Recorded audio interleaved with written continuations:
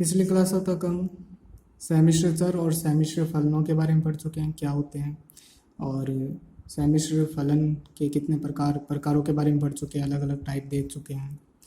आज हम बात करते हैं जो सम्मिश्र फलन होते हैं उनकी लिमिट ऑफ ए फंक्शन की बात करते हैं, फलन की सीमा की बात करते हैं कि क्या होती है, इसकी क्या परिभाषा होती है, और इस पे कुछ सवाल भी करेंगे। ठीक है, तो स्टार्ट करते हैं। मैंने आपको बताया था कि सम्मिश्र चर क्या होता है, उसे अपन z से डिनोट करते हैं, और सम्मिश्र फलन भी बताया था। जो सम्मिश्र चर से बने फलन होते हैं उन्हें क्या कहते हैं, सम्मिश्र फलन कहते हैं। तो देखो, सम्मिश्र चर z से बना हुआ एक फलन है, एक सम्मिश्र फलन है, और यह z बराबर z0 पर या z बराबर z0 पर फलन की सीमा l है। तो यह निम्न प्रकार लिखी जाएगी। यानी यहाँ ये कहना चाह रहा हूँ कि अपने पास एक फलन है f(z), ठीक है, और इसके z टेंस टू z0 पर जो लिमिट है वो l है। अब इसका मतलब क्या हो गया, हालांकि आप लिमिट पहले पढ़ चुके हैं, 11th-12th क्लास से पढ़ते आ रहे हैं, और लेकिन एक परिभाषा के रूप में लिमिट को कैसे परिभाषित किया जाता है वो देखिए। जैसे अपन को एक कहा जाता है कि लिमिट, एक एग्जांपल से देखिए इस बात को। हमें ये कहा जाता है कि जैसे लिमिट x टेंड टू 3, इसका ये मतलब हो गया कि x 3 की ओर अग्रसर हो रहा है, न कि एग्जैक्टली 3, ठीक है, 3 की ओर अग्रसर हो रहा है। तो उस दौरान जो अपना फलन है वो l की ओर अग्रसर हो रहा है, ठीक है। ये तो z0 की ओर अग्रसर हो रहा है, तो हमारा f(z) l की ओर अग्रसर हो रहा है, ठीक है। तो इसकी लिमिट क्या हो जाएगी, तब इस l को हम क्या कहेंगे, f(z) की लिमिट है ये, ठीक है। अब इस बात को एक एग्जांपल में रखते हैं अपन। जैसे पहले एग्जांपल देख लीजिए, फिर उसके बाद में ये इस परिभाषा को अपन ऐसे भी डिनोट कर सकते हैं, तो ये भी बताऊंगा क्या होता है। एक एग्जांपल देखिए,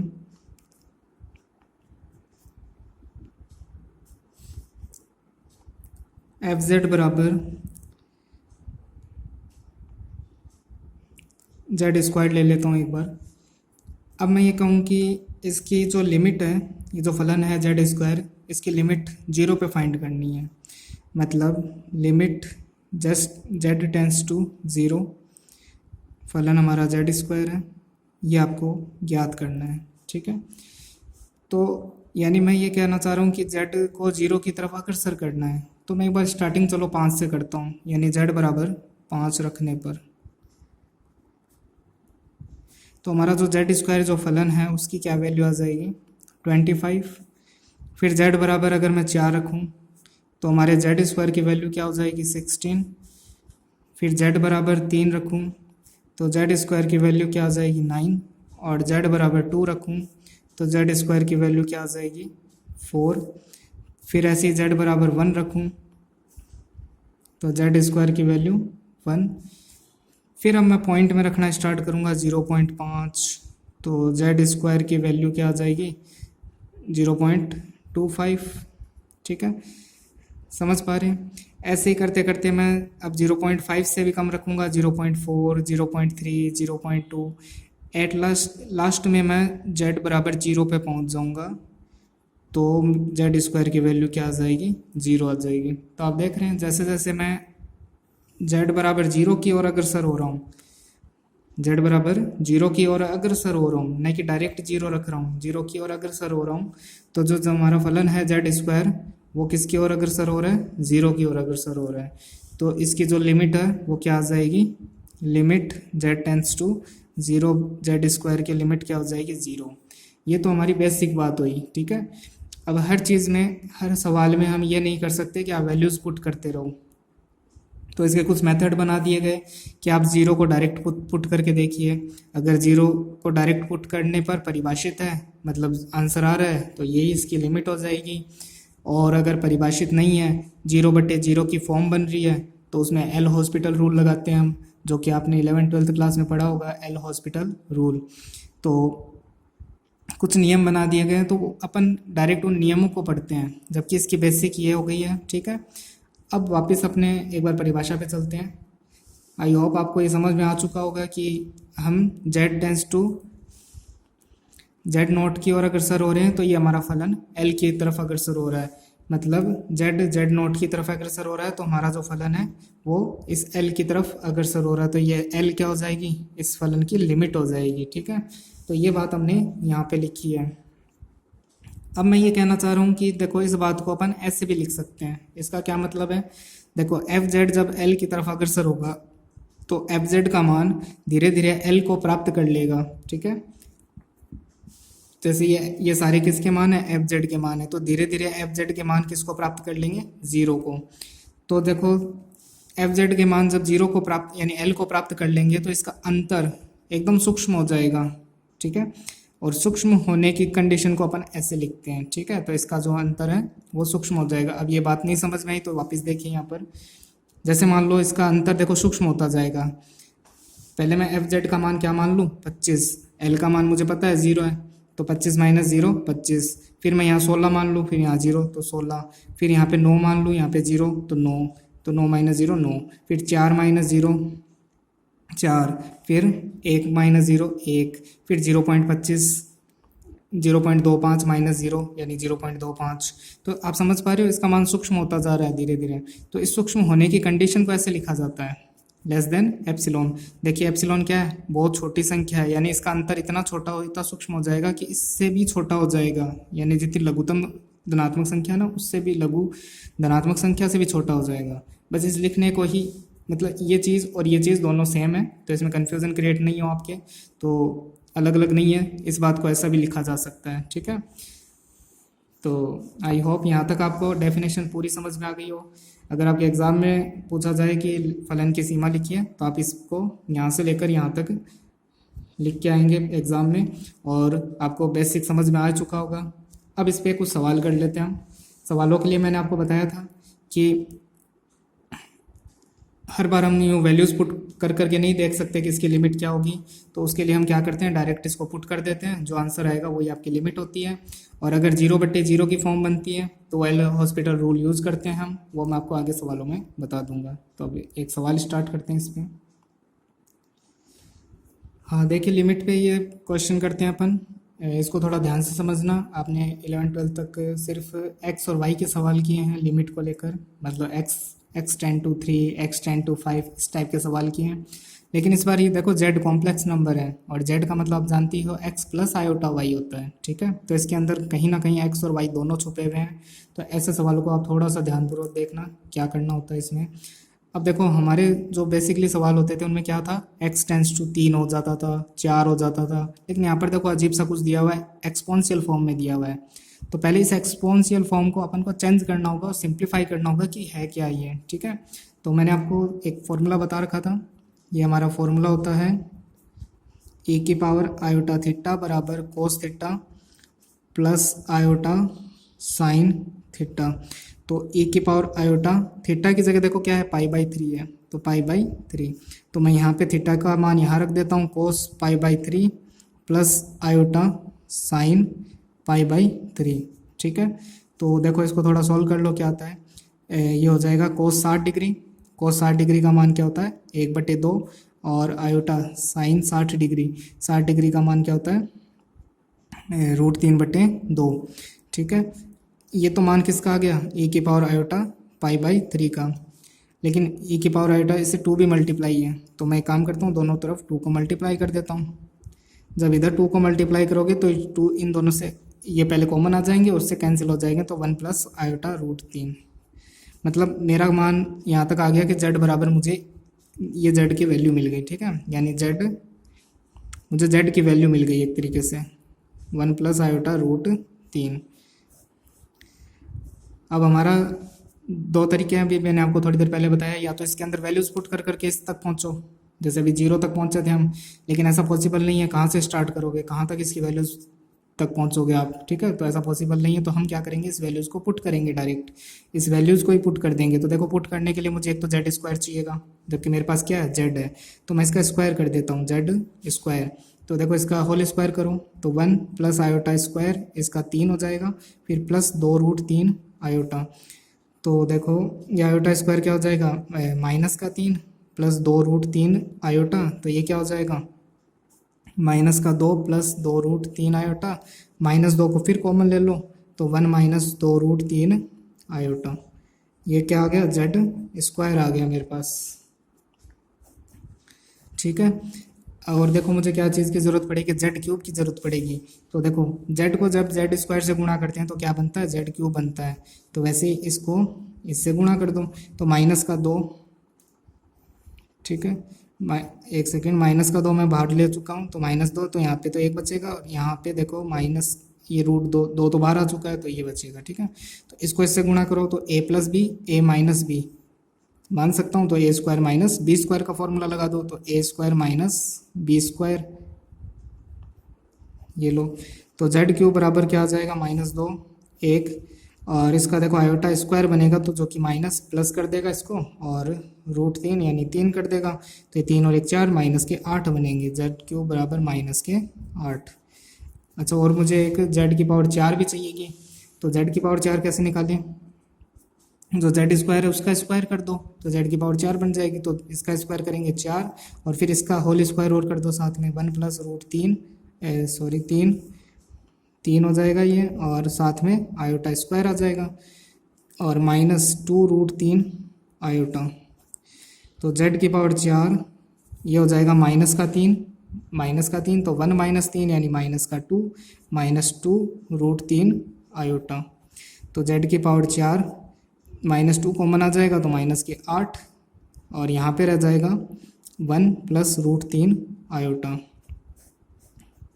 अभी तक मैंने क्या किया है, जो चीज़ें अपन को रिक्वायर्ड थी, जो जो मांग रहा था वो सारी हमने फाइंड कर ली है। अब हम इसके अंदर पुट कर देते हैं। ठीक है, तो लिमिट जो उसने कहा था z → 2e⁻π/3 किसके अंदर रखना था, z³ + 8, यहाँ मैं क्वेश्चन उतार रहा हूँ वापस, z की पावर 4, 4z² + 16, ये तो मैंने क्वेश्चन उतारा है। ठीक है, अब देखो हमें इसको रखना था, तो यानी z की ये वैल्यू थी, अब मैं z को इसमें कन्वर्ट कर चुका हूँ। ठीक है, तो मैं ये रखता जाऊँगा हर जगह।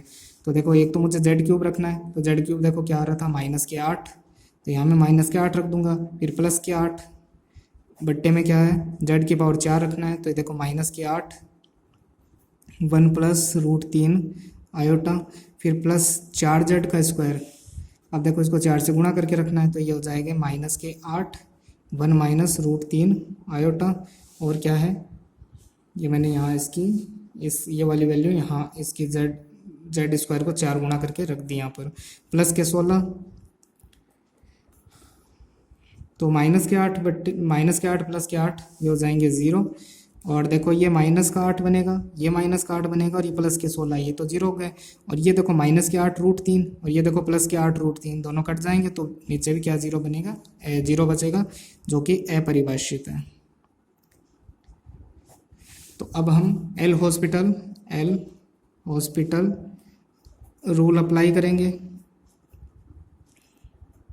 एल हॉस्पिटल रूल में क्या होता है कि ऊपर भी अवकलन कर दो, नीचे भी अवकलन कर दो, किसके सापेक्ष, जिसके सापेक्ष आपने लिमिट लिया यानी जेड के सापेक्ष, तो जेड के सापेक्ष अवकलन कर दो यहाँ पर। तो यहाँ पे अवकलन करेंगे तो क्या रहेगा, 3z², और 8 तो कट हो चुका होगा, और नहीं 8 का तो 0 हो चुका होगा, 4z³ + 4 दूनी 8z। ठीक है, लिमिट z → 2e⁻π/3। देखो लिखने में तो ये लिख रहा हूँ, लेकिन जिस इसका जो मान रखेंगे वो ये वाला रखेंगे। ठीक है, ये वाले। अब देखो इसमें से z कॉमन आ रहा है, इसके एक z से कैंसिल हो जाएगा, तो ये क्या बचेगा, 3z बचेगा यहाँ पर, और यहाँ पे 4z² बचेगा, और यहाँ पे +8 बचेंगे। Limit z → 2e⁻π/3। अब देखो मुझे बस इसको सॉल्व करते समय क्या रखना है, एक तो z की वैल्यू रखनी है और एक z² की वैल्यू रखनी है। ठीक है, हाँ, तो हमारी देखो जो z की वैल्यू थी वो तो थी 1 + i√3, और जो z² की वैल्यू थी वो थी √3। ये मैंने एक बार यहाँ लिख दी। अब ये दोनों वैल्यूज़ अपन को यहाँ पुट करनी है, तो 3z की वैल्यू क्या है, 1 + i√3, और 4z² की वैल्यू क्या है, तो देखो इसको गुणा करके लिख देता मैं, -8 हो जाएंगे, 1 - √3 आयोटा +8। ये मैं इसकी वैल्यूज़ पुट कर चुका हूँ, मैं लिमिट नहीं लगाऊंगा इस बार। तो देखिए -8 और -8, तो देखो यहाँ से 8 कॉमन आ जाएगा, बाहर ले लेते हैं, और 1 + √3 रह जाएगा और नीचे क्या रह जाएगा, यहाँ पे 8 कॉमन आ चुका है तो 1, और देखो ये माइनस का 1 तो ये तो कट हो चुका होगा, माइनस माइनस प्लस का √3 आयोटा। अब इसको डिवाइड कर दो तो 3/8 इसमें डिवाइड करोगे तो ये कट के 1 हो जाएगा, इसमें डिवाइड करोगे तो 1/√3 आयोटा रह जाएगा। अब ऊपर नीचे मैं आयोटा से गुणा कर देता हूँ एक बार, तो ये हो जाएगा 3/8 1। देखो इधर आयोटा से गुणा किया, इधर आयोटा स्क्वायर हो जाएगा तो आयोटा स्क्वायर जो कि -1 बनेगा बटे √3, ये इसका आंसर हो जाएगा। ठीक है, तो ये हमने एल हॉस्पिटल रूल से किया। यहाँ तक आपको समझ में आ चुका होगा। तो अब तक हमने क्या पढ़ा, लिमिट पढ़ ली, लिमिट की डेफिनेशन पढ़ ली और लिमिट पे एक सवाल कर लिया। अब ये जो सवाल किया था इसको मैं आपको एक शॉर्टकट तरीके से और करके दिखाता हूँ। उससे पहले आप एक चीज़ और समझिए, एक 12th क्लास का क्वेश्चन देखा होगा आपने, limit x tend to 3 x² -9 x + 3, ये क्वेश्चन आपने ज़रूर देख रखा होगा। अब देखिए अगर अपन डायरेक्ट पुट करें तो 3² 9, 9 में से 9 गए 0, और एक सेकेंड यहाँ माइनस था, 3 - 3 ये भी 0। तो देखिए 0/0 की फॉर्म बन रही है, एल हॉस्पिटल रूल अप्लाई कर सकते हैं। लेकिन आपको 12th क्लास में एक तरीका और बताया गया होगा, इसको एक्सप्लेन कर लो, एक्सपेंड कर लो इसको, तो ये हो जाएगा x + 3 और x - 3 और बट्टे में x - 3, limit x tend to 3, तो ये दोनों कट हो जाएंगे। फिर वैल्यू पुट कर लो, 3 और 3 6, इसका 6 आंसर आ जाएगा। बस ये तरीका हम यूज़ करेंगे इसी क्वेश्चन पे। तो मैं एक बार क्वेश्चन वापस नोट कर लेता हूँ।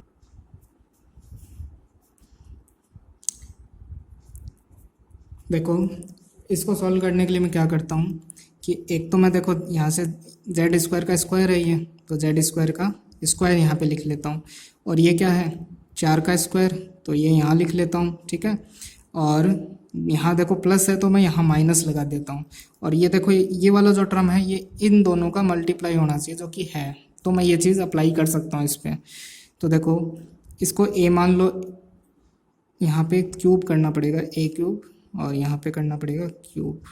ठीक है, यहाँ क्यूब और क्यूब लेना है, तो देखो a³ - b³, तो इसको मैं फॉर्मूले में क्या लिख सकता हूँ, a - b यानी z² - 4। ठीक है, फिर आगे फॉर्मूला क्या होता है, a² यानी इसका स्क्वायर, तो z⁴ हो जाएगा, फिर प्लस b² यानी 16 हो जाएगा, और प्लस ab आता है बीच में, तो a × b, तो 4z²।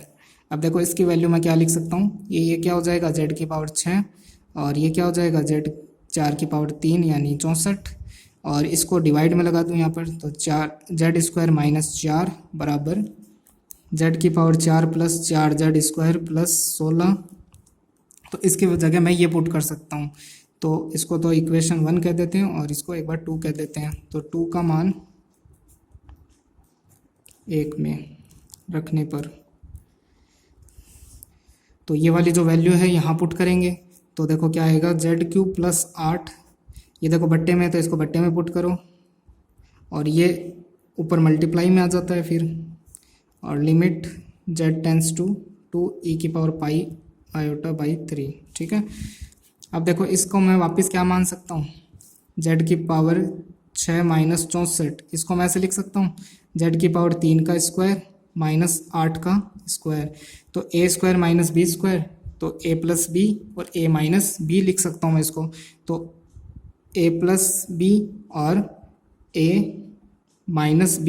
ठीक है, तो z³ + 8 और z² - 4, फिर वही limit z tends to 2e⁴i/3, ये दोनों कैंसिल हो रहे हैं, और हमारे पास क्या रह रहा है z² - 4 z³ - 8।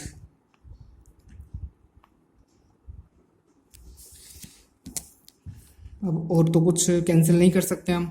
अब हमारे पास जो z² आए थे ना पहले, वही z² यहाँ पुट कर दो इस बार, तो z² की जगह मैं क्या रखूँगा -2 1 - √3 आयोटा, और फिर क्या है -4, और बट्टे में क्या है z³ आया था मेरे पास -8 तो देखो ये तो हो जाएगा -2 और -4, तो ये माइनस के 6 और माइनस माइनस प्लस के √2√3 आयोटा, और नीचे क्या बचा 8 और 8 माइनस के 16 हो जाएंगे। अब किससे कट कैंसिल हो रहे हैं, ये 2 से कैंसिल कर दो इसको, तो 2 या -2 से कैंसिल कर दो ऊपर नीचे, ठीक है। तो -2 से इसको कैंसिल करोगे या -2 कॉमन ले लो ऊपर से, तो -2 कॉमन लेने पे क्या बचेगा यहाँ पे 3 और प्लस यहाँ पे रहेगा माइनस का √3 आयोटा, और यहाँ पे क्या रहेगा माइनस के 8। तो एक यहाँ से मैं 3 भी कॉमन ले लेता हूँ एक बार। हाँ ये 16 है यहाँ पर, 16 है यहाँ पर, तो ये कट माइनस माइनस कैंसिल हो जाएगा, ये इसको कट करके 8 बना देगा, तो बट्टे में तो 8 आ जाएगा। और एक मैं यहाँ से 3 कॉमन ले लूँ, तो यहाँ तो 3 कॉमन आ गया, तो यहाँ पे तो 1 रहा, और इसमें 3 का डिवाइड होगा, तो ये बन जाएगा आयोटा बट्टे √3, ठीक है। तो देखो ये आंसर और ये जो आंसर थे दोनों सेम है, तो आप कोई से भी मेथड से करो आपके आंसर सेम आएंगे। और बाकी आगे नेक्स्ट क्लास में देखते हैं और सवालों को।